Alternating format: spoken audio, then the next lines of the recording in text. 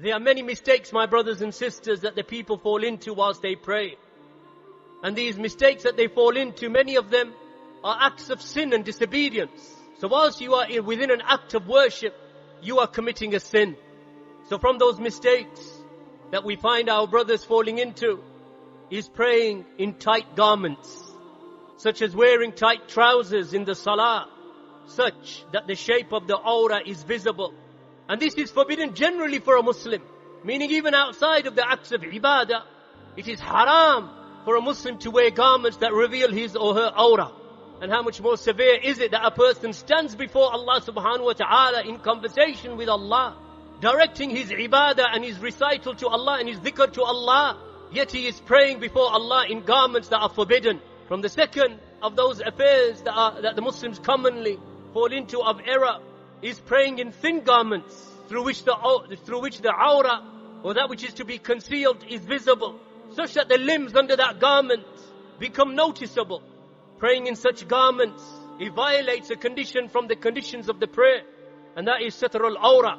Covering of the aura is an obligation. From the third of those affairs is that one should not pray in his night garments, meaning that you don't pray in your pajamas, or those garments that you wear during the night, or that you pray in those garments that carry foul odors, or garments that are dirty and repel other worshippers and repel the angels likewise. And from the most important of those affairs is the salah. O children of Adam, take your proper adornment whilst praying in every masjid. From the fourth of those affairs and from the sins that are committed in the prayer is the isbal, is allowing your garment to fall below your ankle. So those men who allow their garments, whether it be trousers, to fall below the ankle, then you have fallen into major sin, whether in the prayer or outside of the prayer. The one who allows his garment, the hem of his garment, to fall below his ankles, then he is a fasiq. He is an open sinner. That Allah's Messenger sallallahu alayhi wa sallam said, ثَلَاثَةٌ لَا يُكَلِّمُهُمُ اللَّهُ يَوْمَ الْقِيَامَةِ وَلَا يَنْظُرُ إِلَيْهِمْ وَلَا يُزَكِّيهِمْ وَلَهُمْ عَذَابٌ عَلِيمٌ. Wherein Allah subhanahu wa ta'ala has said that there are three whom Allah subhanahu wa ta'ala will not speak to Yawm al-Qiyamah, and Allah will not look towards them. Who are they, O Messenger of Allah? So the Prophet sallallahu alayhi wa sallam mentioned al-musbil, the one who allows the hem of his lower garment to fall below his ankle, and the one who recounts the good that he has done for another person.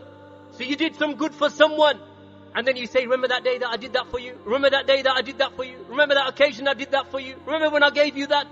And the third person, the seller of goods, and he sells his good, he sells what he owns or what he wishes to sell by making false oaths.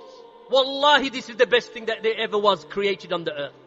Wallahi, that this is the best that you will find. Wallahi, wallahi. And you know that you're lying.